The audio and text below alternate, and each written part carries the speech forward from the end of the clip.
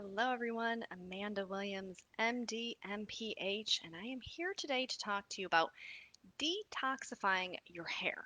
Now, this is one of those areas that has always kind of led me to say, what in the world are people doing out there?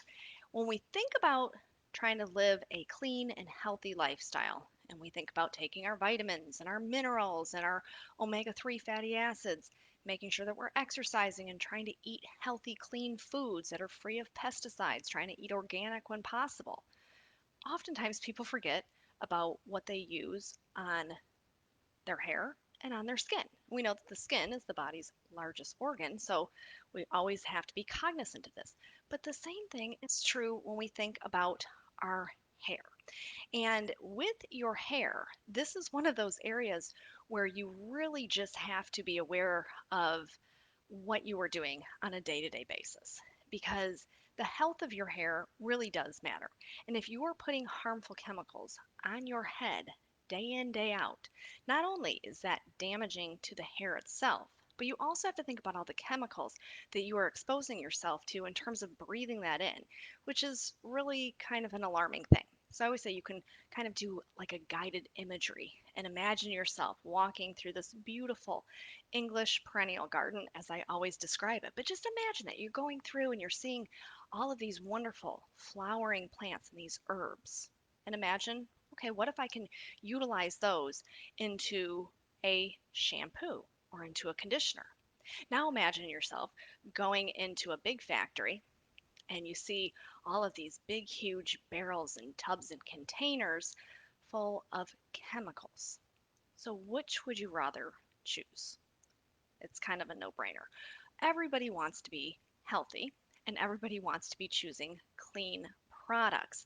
But sometimes when it comes to hair products, this is where people can still kind of get skewed off into the wrong direction because sometimes you get attracted to maybe the smell of a particular shampoo or conditioner that you're using. And remember, when you have a fragrance, a very strong fragrance, that's a chemical. So even if it says, oh, this is a lavender, oftentimes it's probably not a true lavender essence oil that they are using in most of your store bought shampoos and conditioners.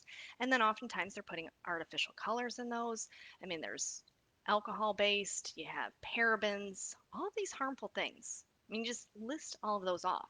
Okay, parabens is like this wax type material that this compound that they use in shampoos and conditioners. You look at petroleum, like petroleum, wait, isn't that what we use for fuel? And they put that into things like shampoo, conditioner, shaving cream, for example. Not really a good idea.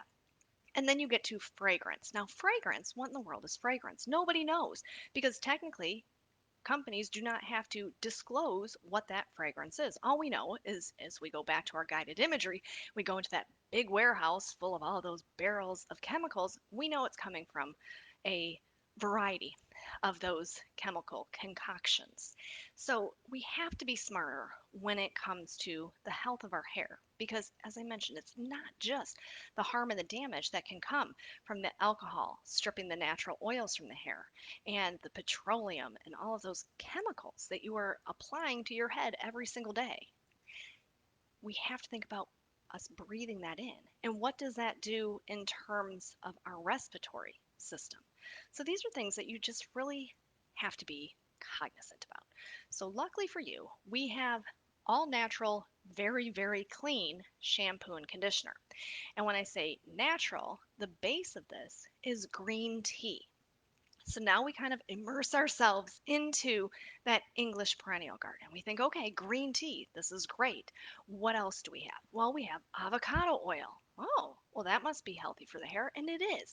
We talk about things that are coming from nature that are incredibly nourishing. Coconut oil, for example, peppermint extract. So we have all of these natural, none of the synthetic, chemical based, harmful things that people are and have been for years applying to their hair.